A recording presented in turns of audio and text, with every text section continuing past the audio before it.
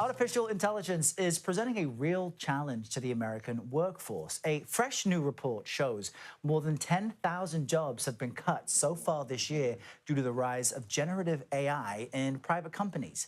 Bank of America's CEO talked about the impact of AI on job growth on Face the Nation Sunday. AI gives you a place to go that we've never been able to go before. In other words, there are jobs that take text, think about it, and produce it. Many jobs in our company, our research team. Now you're able to maybe use a machine to enhance that activity. So we believe that people who harness AI for their benefit are going to be very successful. CBS News Money Watch reporter Megan Cerullo joins us now in studio to talk about all of this. Megan, good morning, a warm welcome. Great to have you here.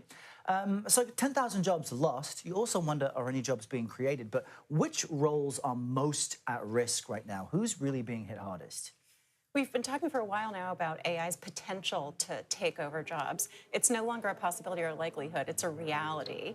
This new report from Challenger, Gray and Christmas, an outplacement firm, shows that so far this year, so for the first 7 months of 2025, employers cut 10,000 jobs, and they attributed those cuts directly to AI. Not surprisingly, a lot of the job cuts are concentrated in the tech sector because AI is good at things like coding.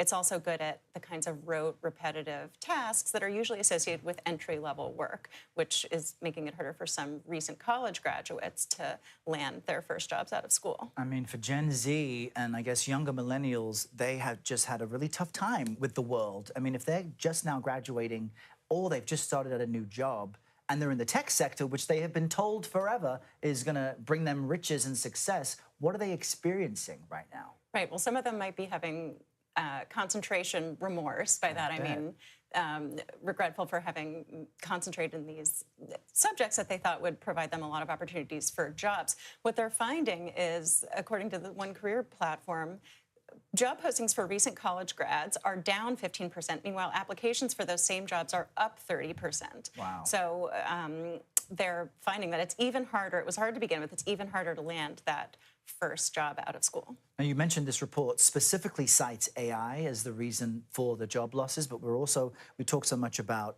government cuts, tariffs as well, all these other forces on the economy. How much of that is also weighing down people? There are a lot of, like you said, there are a lot of factors at play here, and it's not fair to attribute all of these cuts to AI because we have tariffs and policy and economic uncertainty, which is weighing on businesses. And they are saying that that's causing them to pause investment and pause hiring decisions because they're anticipating that their own costs are going to go up. And where's a good place to cut costs? On labor. So they're cutting back on hiring and they're laying workers off. In the retail industry, for example, goods importers are anticipating having to pay higher costs on a lot of their imports, and that's going to affect their bottom lines and, in turn, affect hiring. Yeah, tough situation for so many people, but they should follow your reporting. I know you also give advice on what you can do with this brand new. Hey guys, what's up? It's your boy Talk Williams, hosting Creative Hip Hop 50th. That's right, guys. And as you can see with the cup right here, I am in Starbucks. I'm actually on the south side of Chicago, and there's more than what I would describe as ambient noise in here. Because, hey, it's midday, it's Thursday. This is like the beginning of the weekend for a lot of people. School is back, and this is one of the third locations or third spots that people come to. So you're going to hear it, but don't even worry about it. I am using my DJI wireless mic too. So you're not going to get as much as you normally would. But anyway, it's not about me. It's about the content. As you can see in the description of the live, how can you make yourself irreplaceable at work?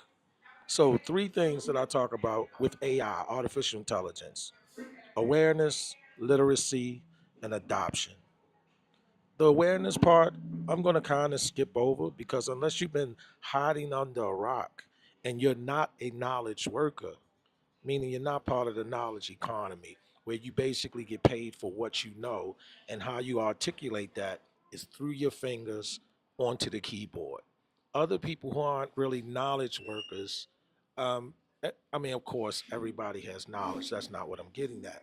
But the point is, the knowledge economy typically talks about white collar workers, technology workers, or people who are exposed to technology in their domain, in their profession. If that's you, I'm going to guess that you are aware that AI is here. Now, it's been all over the place. AI is going to replace jobs, AI is coming for your position, different things like that.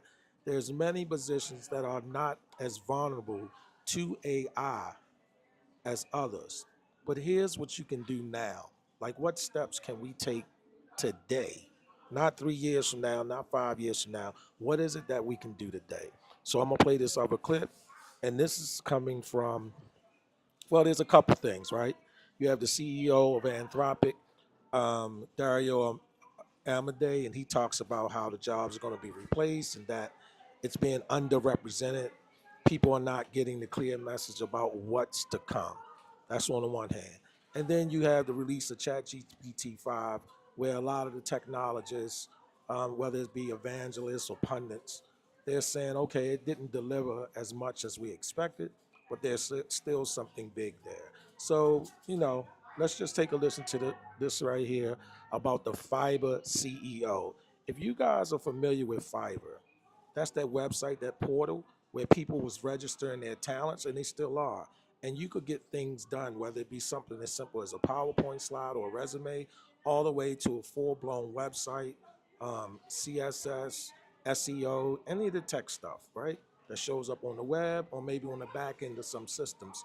People were registering themselves and their talents and basically freelancing. One of the portals to go to find that talent at a very cheap or reasonable price compared to market standards is Fiverr, Fiverr.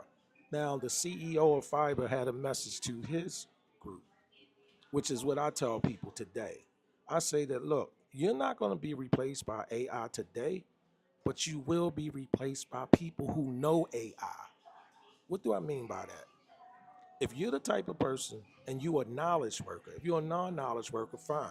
But if you're a knowledge worker, you earn your money by understanding systems, navigation, repetitive tasks. You're really not in the front of clients. You really don't require human presence. You're a knowledge worker.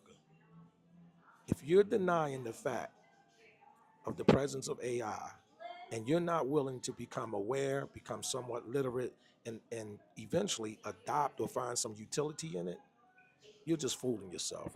Well, let me play this clip. Let's see what the CEO had to say to his people. As you know, there's lots of talk about artificial intelligence and concerns that it could make many people's jobs obsolete.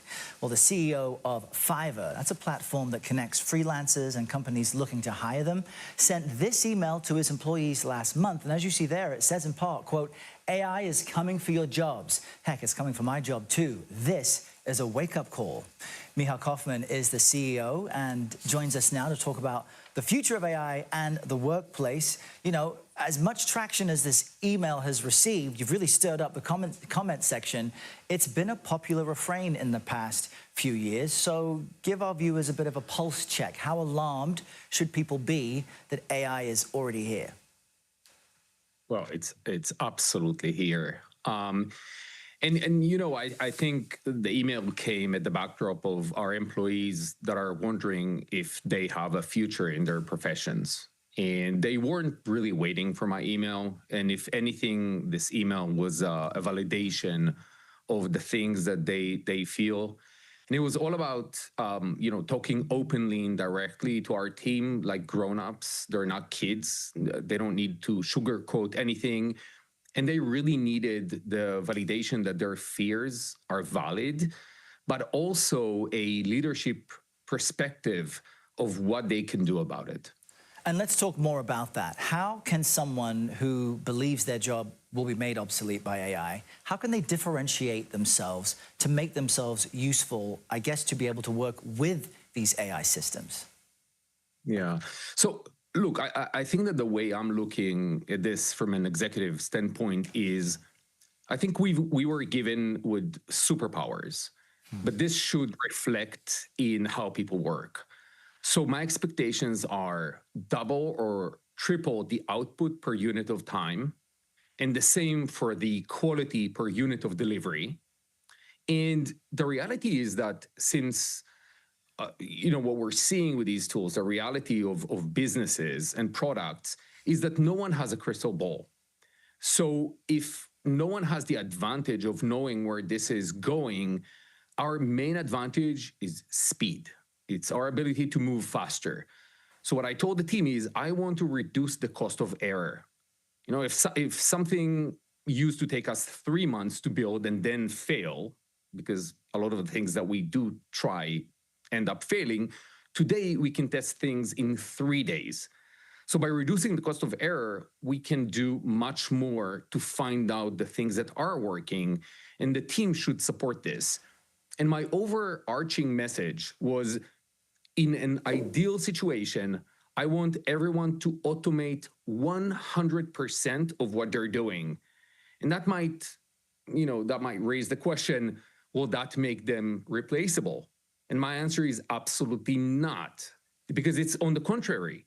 When you have all of your time free because you're not doing the technical things that you can automate, you free up your time to do things that human beings have special capabilities in, which is like nonlinear thinking, judgment calls, issues that have to do with taste, making decisions, thinking about strategy. And I think that there is one thing that people get wrong about AI, and that is that it doesn't really replace us. It actually forces us to rediscover our humanity, the things that we are special in, the special attributes of every person, their special powers, and automate the things that are just wasting some of our times as, acting as technicians. Yeah, it's a great point that you make, and I tend to think that because AI will do all the boring stuff, it's even more important for people to bring their experiences, bring their life perspective to their roles in order to demonstrate the difference. Michal Kaufman, really appreciate you joining us today. Thanks for your time. Yeah, so you heard it from the CEO of Fiverr himself. But, this has been the messaging coming across in a soft way. I think that a lot of C-level people or senior management, they've been pushing the message down in the way that can be embraced or, I don't know, even misunderstood. The signaling is definitely there. You look at Microsoft, you look at Dell, you look at some of these big tech companies, they've been laying off thousands of people. Nobody is going to go on the record and say, I'm laying you off because you're being replaced by AI. No, nobody's going to say that. Why would somebody say that? The obvious is in everybody's face. So it's easy to identify what. The difficult part is how. We know the why, we understand what's going to happen. What can we do? What can you do? Now, he mentioned tools. That's the CEO. He said it. He said, you guys aren't going to be replaced this year or next year by AI. You're going to be replaced by new employees or current employees that step up and view AI as an opportunity to either augment, improve, make better what you currently do, what your primary tasks are, or at least the spirit of you embracing and being on board with the direction of it will probably keep you here. This is what you want to keep in mind. I'll give you an example. The last 4 or 5 days, I spent some time in Alabama, Huntsville. Now, nobody thinks of Huntsville, Alabama as this big booming tech place, but it didn't matter. I was down there assisting the CEO of a company with setting up a podcast. And some of the things that I showed the CEO, because they have a small team, I was just exposing them to how you could use the different resources, features, and functions of different things like OpenAI's ChatGPT, 11 Labs for voicing, Gemini or Google's Notebook LM for organizing your resources and different things like that. And just that little bit of information, a couple hours every other day while I was down there, they were very excited. They felt like that they could do more with less. And that's just a small example because what we have to do, the genie is out the bottle. There's no putting it back. Millions on billions of dollars are going to be ingested into the economy, into the knowledge economy. It's going to touch you and I if you're a knowledge worker. The good thing about people who are knowledge workers now, we have this little latent opportunity. There is some latency before there's a replacement of the use of the word augmentation. That's what you'll hear now. You'll hear a lot of, we're going to augment it with AI.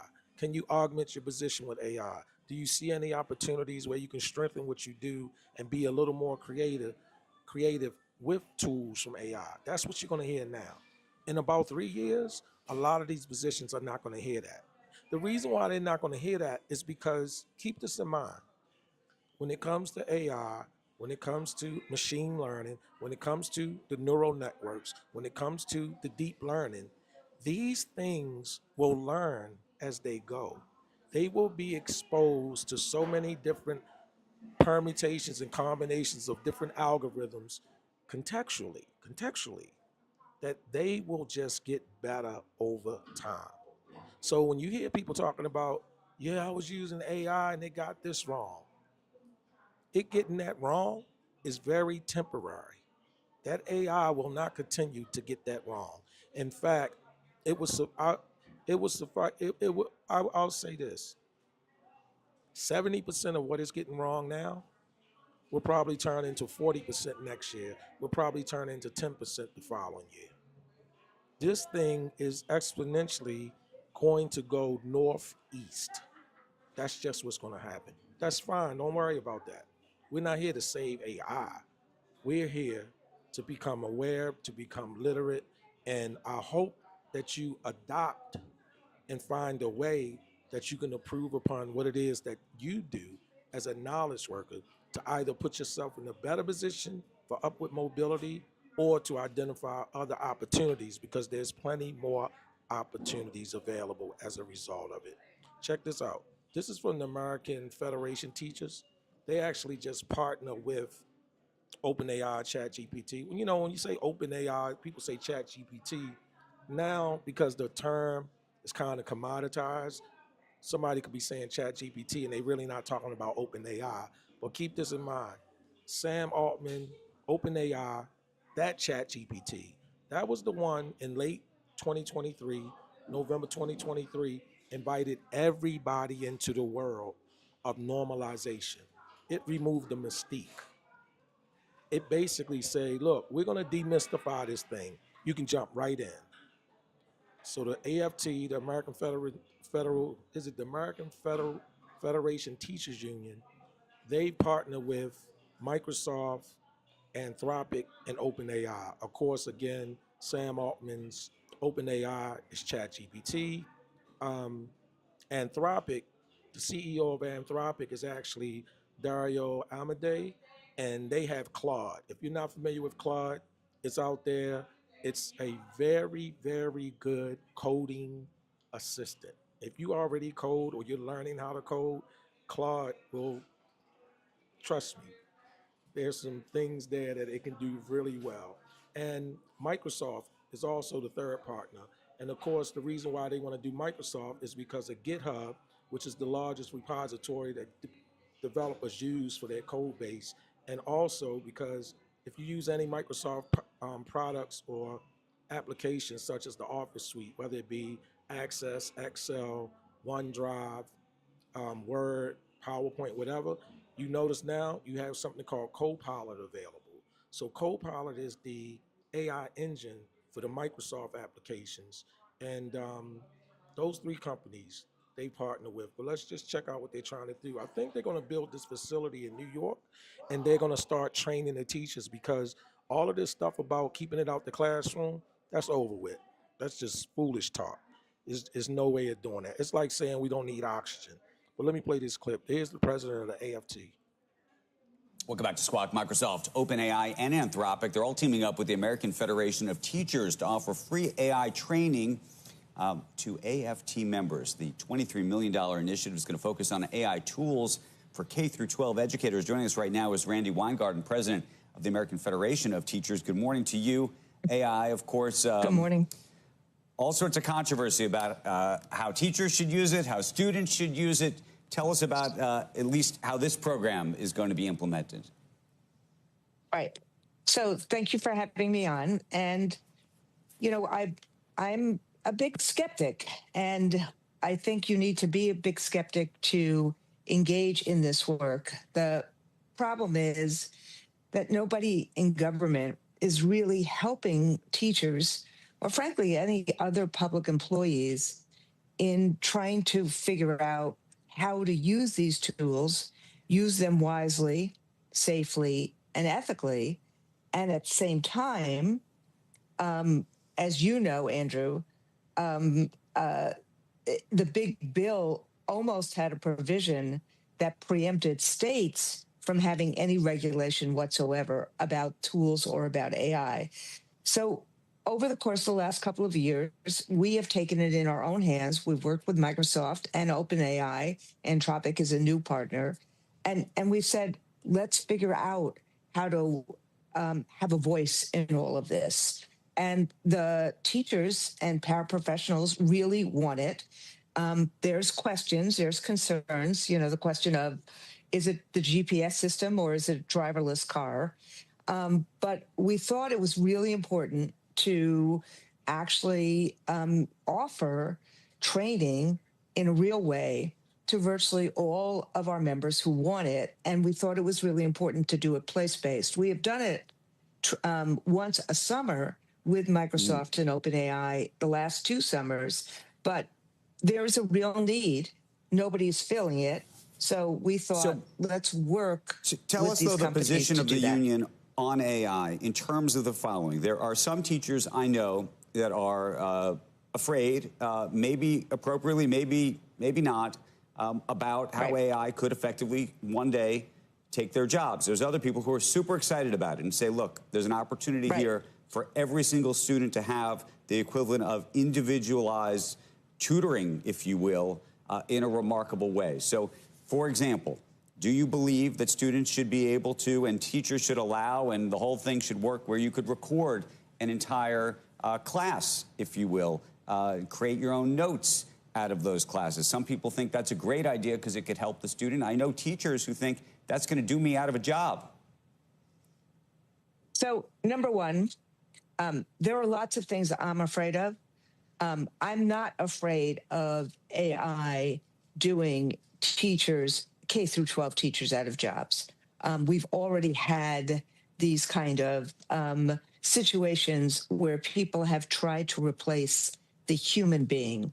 I am concerned about issues like safety and privacy and making sure that we regulate deep fakes and also making sure that we deal with intellectual property. But what teachers are clamoring for, Andrew, is the tools so that they use AI wisely, safely, and ethically.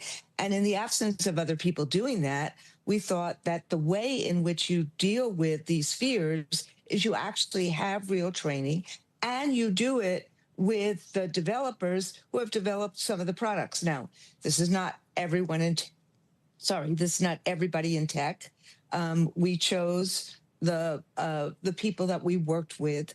And frankly, we've been working with Microsoft as part of an AFL-CIO partnership for the last 3 years. So what teachers actually want is they want to be able to reduce paperwork. What teachers actually want is they want the creativity that AI can help with in terms of developing games. They want it for helping to develop lessons. But, I've been through, as I'm sure you have over the last 20 or so years, with technology attempting to replace intellectual capital and in teaching and learning. And we have to actually fight that. You need a human being in teaching. But the bottom line is, if you don't have the training, you don't know the questions to ask. Well, so the interesting dynamic, though, that I just wonder about is, we've done teachers. This. Sorry. Mm-hmm. Go ahead.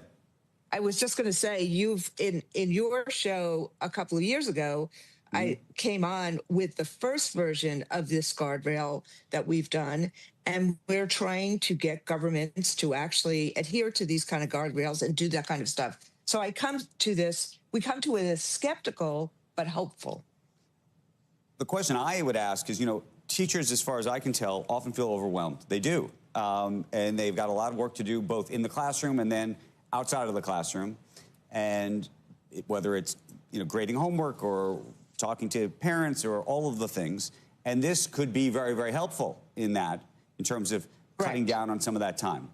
The question, therefore, then becomes, though, when some principal or somebody else at a school says, well, look, you have now a lot more time than you had before.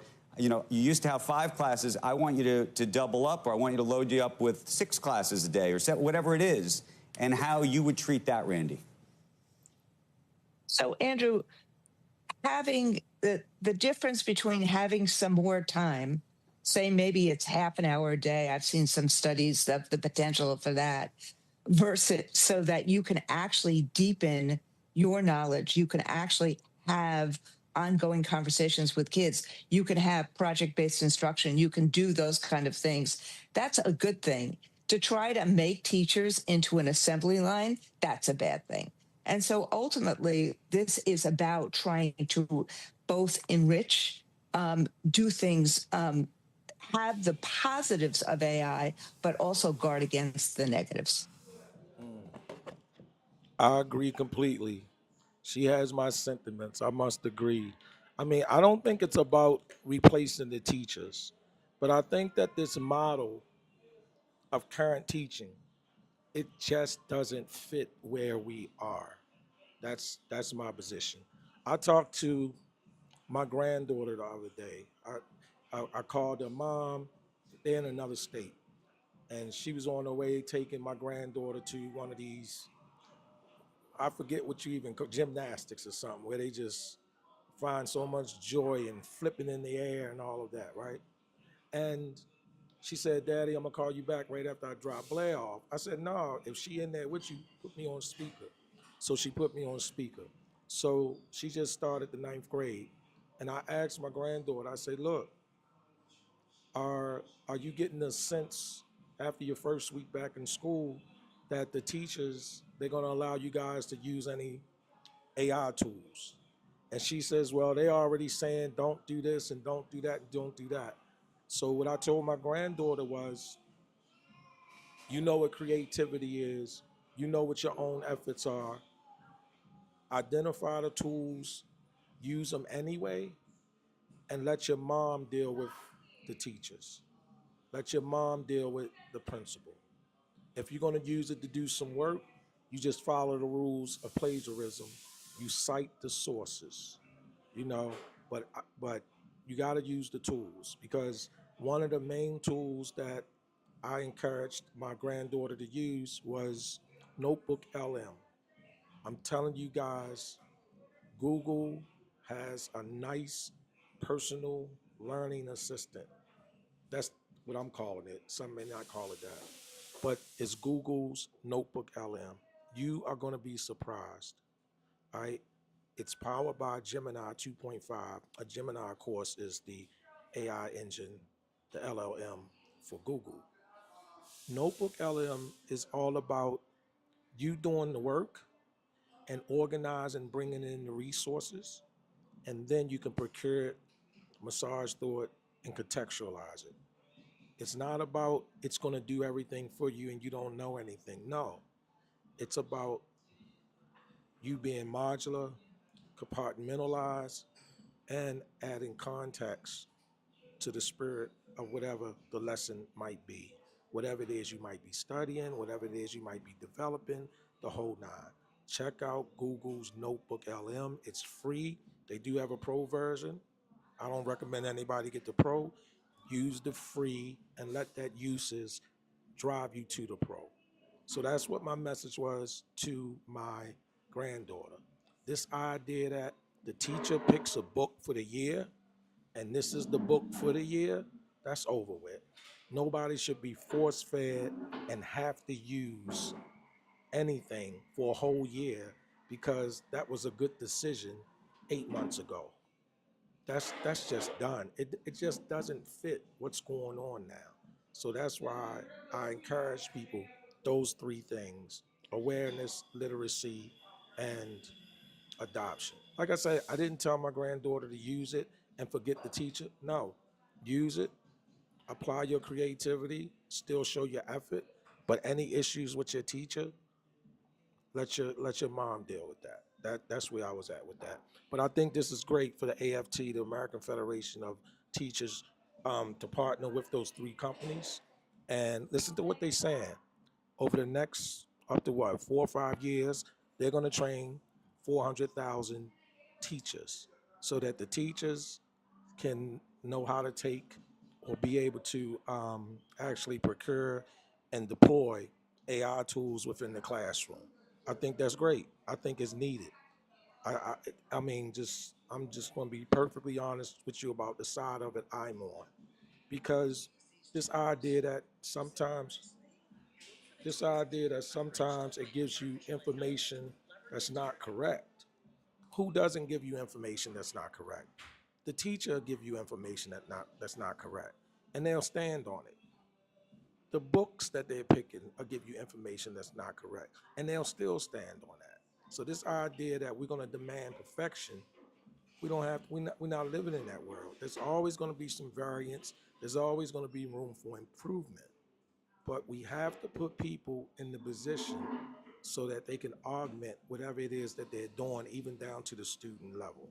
So let me play this other clip real quick about the benefits of AI actually outweighing the risk.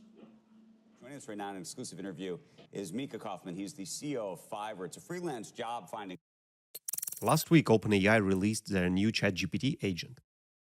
It's called Study Mode, the newest tool from OpenAI, the company behind ChatGPT, the artificial intelligence chatbot that since bursting onto the scene in November 2022, AI has made cheating incredibly easy. It's a cheater's dream. Has frustrated college professors like Duke University's Oren Starn.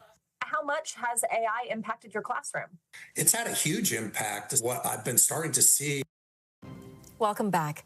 Ordinary Singaporeans with no coding background are seizing the chance to build their own AI bots. Now, these are tools that can remember routines, automate chores, and send reports without being asked. Enrollments for some of these courses have soared nearly 400% since 2023. And with AI Singapore promising it can be as easy as making it a PowerPoint, schools and training providers are racing to meet the surge. CNA's Noah Kong reports. Like many young parents, Dinithi struggled to help her son with Chinese homework until her colleagues suggested a creative fix: build him an AI tutor. With just a few English prompts describing her son's age, language level, and love of comics, she created her first custom GPT in under 2 hours.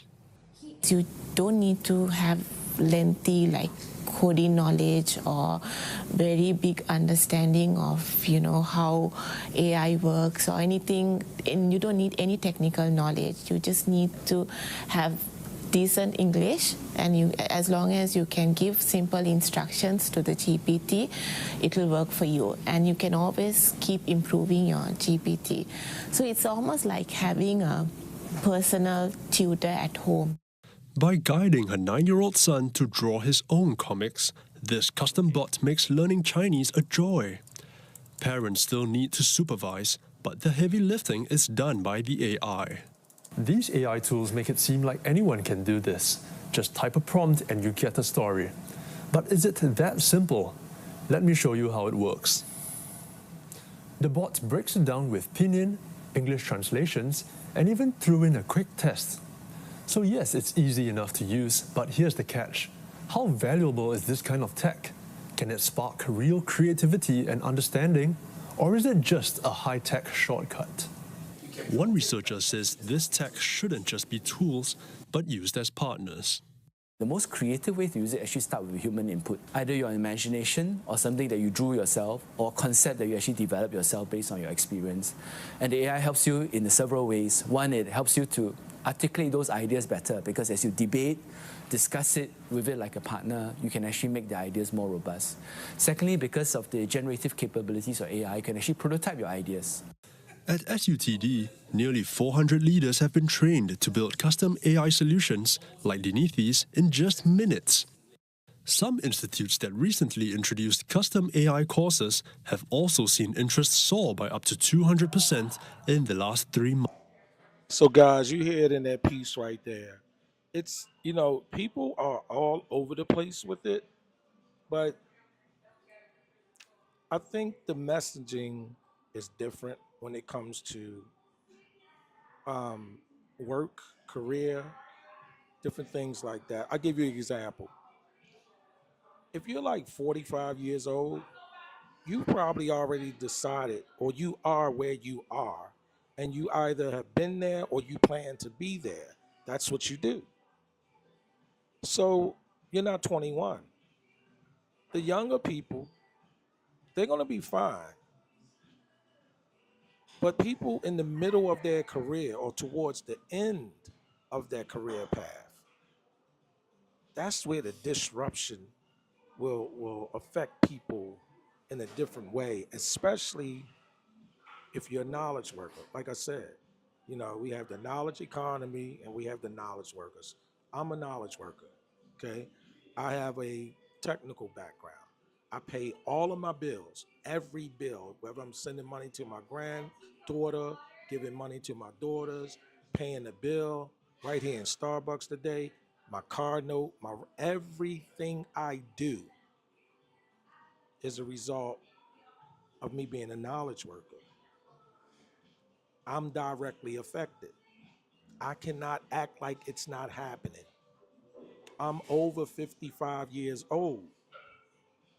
I can't start another career. I don't want to. So how I respond to the change is different than a 20-year-old, a 25-year-old. Now, is it still disruptive? Of course it is, because right now the unemployment rate in America is about 4.2%, but the unemployment rate for new graduates, new college graduates, is over 6%. This is the first time in decades, in a couple generations probably, where the unemployment rate for new college graduates is higher than the unemployment rate for the nation. But they still will figure out a way because they can't contrast. They don't even have any contrast. We have contrast because we was born without the internet. We have contrast because we know what it is to get around without a smartphone. So there's some differences there in terms of the response, especially with the masses of people, with the economy and different things like that.